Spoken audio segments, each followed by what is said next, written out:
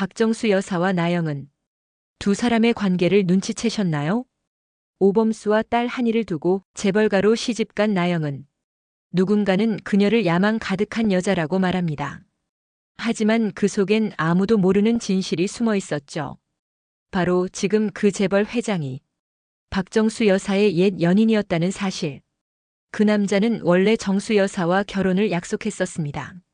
하지만 젊고 예쁜 나영은에게 한순간에 마음을 빼앗겼죠. 그리고 박정수 여사는 모든 걸 잃었습니다. 사랑도 자존심도요. 그 상처 시간이 지나도 아물지 않았습니다. 그런데 말입니다. 이제 그 젊은 여자 나영은이 다시 나타났습니다. 그리고 그녀는 말하죠. 딸을 돌려주세요. 더는 아이를 가질 수 없어요. 한이를 내놓으라는 겁니다. 그 아이를 재벌가 호적에 올려 상속자로 만들려는 속셈이죠. 박정수 여사는 그 말을 듣고 묘한 표정을 짓습니다. 분노와 연민이 뒤섞인 눈빛으로 조용히 입을 엽니다. 좋아요. 이번엔 내가 손잡아 줄게. 대신 내 사위만은 그 여자한텐 못 줘. 한동석 사위가 지금 모녀 사기단에 홀려 사리분별을 못하고 있다고 믿는 정수 여사. 그녀는 이제 가장 얄미운 여자와 손을 잡습니다. 그리고 전쟁이 시작됩니다. 지금부터 각본 없는 진짜 드라마가 시작됩니다.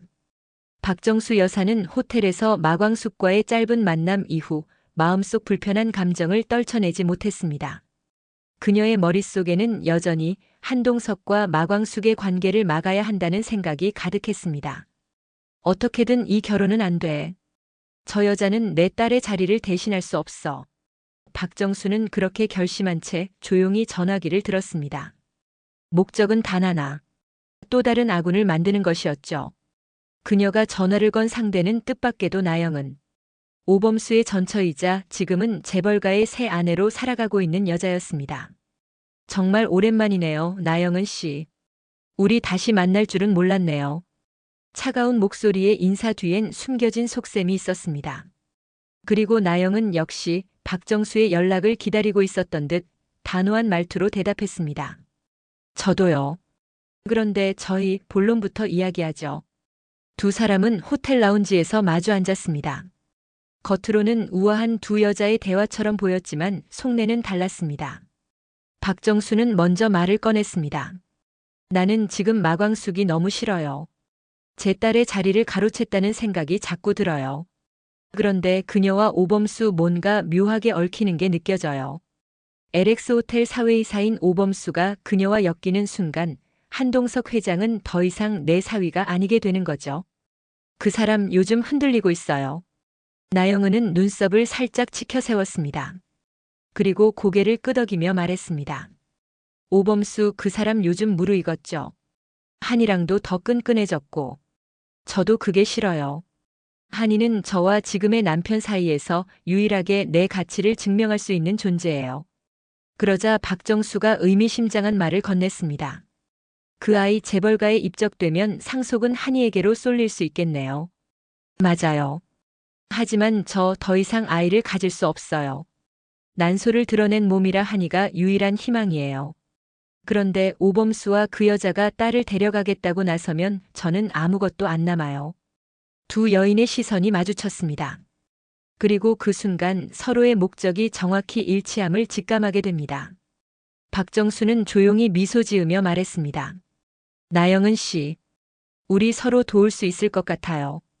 LX 호텔 쪽 제가 막아줄 수 있어요. 오범수가 마광숙 편에 설 수 없도록 제가 그쪽 법무팀 자문은 전면 차단하겠습니다. 대신 당신은 한이 양육권을 확보해 주세요. 마광숙과 오범수 사이 흔들리게 만들어야죠. 나영은은 잠시 망설이다가 손에 쥔 커피잔을 내려놓았습니다. 좋아요. 그럼 저희 동맹 맺는 거예요. 마광숙을 끌어내리고 한이를 내 아이로 지키기 위한 작전. 그녀는 이어 자신의 변호인을 언급했습니다. 재벌가 전담 변호사 출신의 이모 변호사는 가족법과 양육권 소송에선 국내 최상위 실력을 가진 인물이었습니다. 반면 오범수는 현재 LX 호텔의 자문 변호사를 법적 분쟁에 투입하지 못하는 상황. 회사 방침상 가족사 관련 소송은 외부 자문이 금지되어 있었고 박정수는 그 방침을 LX 이사회에 직접 전달한 상태였습니다. 결국 오범수는 외로운 싸움을 해야 할 상황에 놓이게 됩니다. 이 모든 건 박정수와 나영은이 의도한 바였죠. 하지만 이 모든 대화를 누군가가 듣고 있었습니다. 호텔 라운지 반대편. 가림막 뒤쪽 테이블에서 커피를 마시던 인물 하나. 바로 독고탁. 그는 우연히 두 사람의 대화를 듣고 말없이 입꼬리를 올립니다. 재밌어지는군. 마광숙, 오범수 그리고 나영은. 결국 다 얽히는 건가? 그는 곧장 자리에서 일어났고 핸드폰을 들여다보며 누군가에게 문자를 보냈습니다. 오범수. 자네 진짜 싸움 시작됐어. 그날 이후 오범수의 삶은 점점 혼란 속으로 빠져들게 됩니다. 그는 아직 몰랐습니다. 박정수와 나영은이 손을 잡았다는 사실을. 그리고 이 싸움은 법이 아니라 마음의 전쟁이 될 거라는 걸 말이죠. 햇살이 부드럽게 내리쬐던 그날 오후 오범수도 잠시 짬을 내어 두 사람과 함께 시간을 보내고 있었죠. 세 사람은 소소한 평화를 만끽하고 있었습니다. 그 순간이 그렇게 무너질 줄은 아무도 몰랐습니다.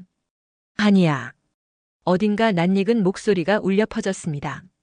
고개를 돌린 오범수의 눈에 반듯한 정장을 입은 여자가 들어왔습니다. 깔끔하게 정리된 머리카락, 결코 흔들림 없는 표정. 나영은이었습니다. 바로 오범수의 전처이자 한이의 생모였던 여인. 그녀는 조심스럽게 그러나 단호하게 한이에게 다가갔습니다. 한이야, 엄마가 왔어. 우리 이제 같이 살 거야. 한이는 순간 당황한 듯 눈을 끔뻑였습니다. 머뭇거리며 아빠를 돌아보는 아이. 그리고 본능처럼 한이를 품에 안은 오범수. 그 눈빛에는 분노도 혼란도 뒤섞여 있었습니다. 나영은 지금 무슨 소리야? 뭐긴. 내 딸 데리러 온 거지.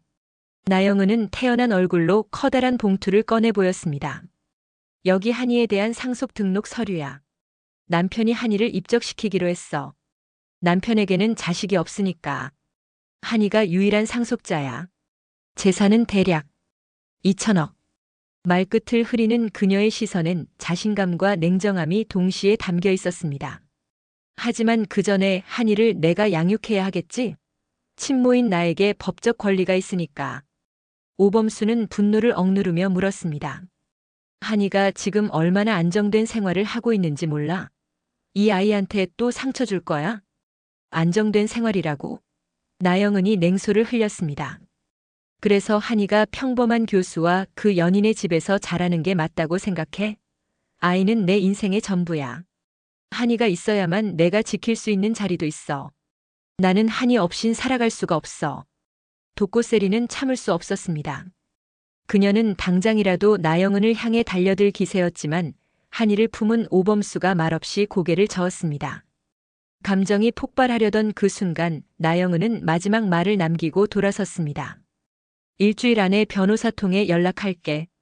그동안 한이랑 작별할 준비나 해. 그녀가 사라지고 난 뒤 공원엔 정적이 흘렀습니다. 세리의 눈엔 분노, 혼란 그리고 한 줄기 두려움이 떠올랐습니다. 진짜 한이를 데려가는 걸까? 그날 밤 오범수는 잠을 이루지 못했습니다. 독고세리는 조용히 한이를 재우고 부엌에서 오범수를 마주했습니다. 식탁 위엔 나영은이 남긴 서류와 한이의 이름이 적힌 상속계약서 사본이 놓여 있었죠. 교수님, 만약 정말 저 여자가 한이를 데려가게 된다면. 그럴 순 없어. 한이는 내 딸이야. 내가 지켜야 할 아이야. 오범수는 단호했지만 세리는 알 수 없는 두려움에 가슴이 떨렸습니다. 다음 날 전화 한 통이 울렸습니다. LX 호텔 법무팀입니다. 오범수 사회이사님, 가족 관련 민사소송은 자문 범위에서 제외되었습니다. 외부 변호사를 선임하셔야 할 것 같습니다. 그 말에 오범수는 핏기가 가셨습니다. 벌써부터 움직이기 시작했군. 그는 알 수 있었습니다. 나영은이 혼자서 이런 일을 벌일 리 없다는 것을. 누군가가 그녀를 돕고 있었습니다. 그리고 그 그림자 속엔 묘하게 익숙한 냄새가 있었습니다. 그때는 몰랐죠. 그 어둠의 주인공이 다름 아닌 한동석의 장모 박정수 여사였다는 것을 말입니다. 그날 밤 독고세리는 오범수의 방에서 혼자 창밖을 바라보고 있었습니다. 한이가 평화롭게 자는 모습을 본 후였지만 마음은 조금도 편치 않았습니다. 그녀는 조용히 중얼였습니다. 내가 있어서 이 아이가 상처받는 거라면 내가 물러나야 할까요? 그 말은 혼잣말이었지만 방문 앞에 서 있던 오범수는 그 모든 걸 들었습니다. 그는 조용히 문을 열고 들어와 세리의 곁에 앉았습니다. 그런 생각하지 마. 세리가 아니었다면 한이는 지금까지 이만큼 자라지도 못했을 거야. 하지만 전 엄마가 아니잖아요. 엄마가 돌아왔고 그 엄마는 재벌가와의 삶을 선택했어요. 한이는 그 집에서 부족함 없이 자랄 수도 있겠죠. 그게 맞는 걸까요? 오범수는 세리의 손을 조용히 잡으며 말했습니다. 한이는 지금 누구를 보고 웃는지 아니? 아침마다 세리 품에서 눈뜨는 그 아이의 밝은 표정을 봐봐. 난 절대 한이를 뺏기지 않을 거야. 그리고 세리 너도 놓지 않을 거야. 그 말에 세리는 눈시울을 붉혔고 말없이 고개를 끄덕였습니다. 하지만 그들의 싸움은 이제 시작이었습니다. 재벌가의 법률팀 박정수의 간섭, 그리고 한이의 미래까지. 박정수 여사의 마지막 카드, 그리고 나영은의 결정이 이들의 사랑을 다시 흔들게 됩니다. 과연 오범수는 한이를 지킬 수 있을까요? 세리는 이 모든 폭풍 속에서 어떤 선택을 하게 될까요? 그리고 마침내 재판날 아침. 법원 안 하얀 셔츠에 정장을 갖춰 입은 오범수가 나타났고 그의 곁에는 끝까지 남은 독고세리와 마광숙이 있었습니다. 법정문이 열리기 직전 오범수는 세리에게 조용히 속삭였습니다. 세리야. 한이는 내 딸이야. 그리고 너도 내가 지켜야 할 사람이야. 그 말에 세리는 말없이 그의 손을 꼭 잡았고 한이는 조용히 안겨 세리의 품에서 잠들어 있었습니다. 재판은 치열했습니다. 나영은 측은 강력한 변호사를 대동해 상속의 정당성과 친모로서의 권리를 주장했지만 오범수는 단호했습니다. 이 아이를 낳은 건 당신이지만 키운 건 나와 이 사람이에요. 아이는 우리를 엄마 아빠로 알고 있습니다. 그리고 어떤 환경이든 사랑이 없으면 그건 가정이 아닙니다. 그 순간 세리가 한이를 품에 안고 자리에서 일어났습니다. 방청석에는 재벌가 측 관계자들과 박정수 여사까지 앉아 있었습니다. 세리는 단호하게 외쳤습니다. 이 아이는 제 딸입니다. 제가 처음 우는 모습도 처음 걷는 것도 처음 미소 지은 날도 다 지켜봤어요. 엄마란 함께한 시간으로 완성되는 겁니다. 그 말에 재판장은 조용해졌고 방청석에서는 눈물을 훔치는 사람도 있었습니다. 그리고 그 모습을 지켜보던 박정수 여사는 말없이 자리에서 일어났습니다. 그녀는 법정 밖으로 나가며 조용히 하늘을 올려다봤습니다. 내가 틀렸을지도 모르겠구나. 그녀의 눈가에 처음으로 후회의 기색이 스쳤습니다. 여러분, 이 싸움의 끝은 어디일까요? 세리는 진짜 엄마로 남을 수 있을까요? 다음 이야기 절대 놓치지 마세요. 독수리 오형제를 부탁해 뇌피셜이 재미있으셨다면 좋아요와 구독 꼭 부탁드립니다.